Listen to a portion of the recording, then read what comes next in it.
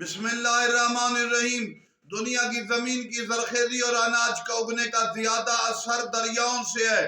دنیا کی مختلف وادیوں سے مختلف دریائیں، یورپ سے دریائے ڈینیوم، دریائے ٹیمز اور دریائے ماسکو ہے، جس کی وجہ سے یورپ کا وسیع علاقہ سیراب ہے۔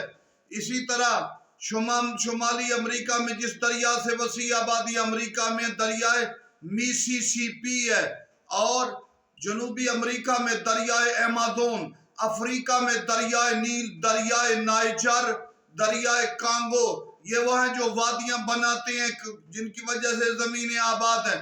ایشیا میں دریائے سندھ اور اس کے معاون دریا، افغانستان میں دریائے ہلمند، ایران میں دریائے قارون، اور عراق بین النہر دجلہ اور فرات کی وادیوں سے کشت زمینیں بنتی ہیں۔ اس کے بعد چین میں دریائے ووہان، اور اس کے علاوہ اور بہت بڑے دریا ہیں۔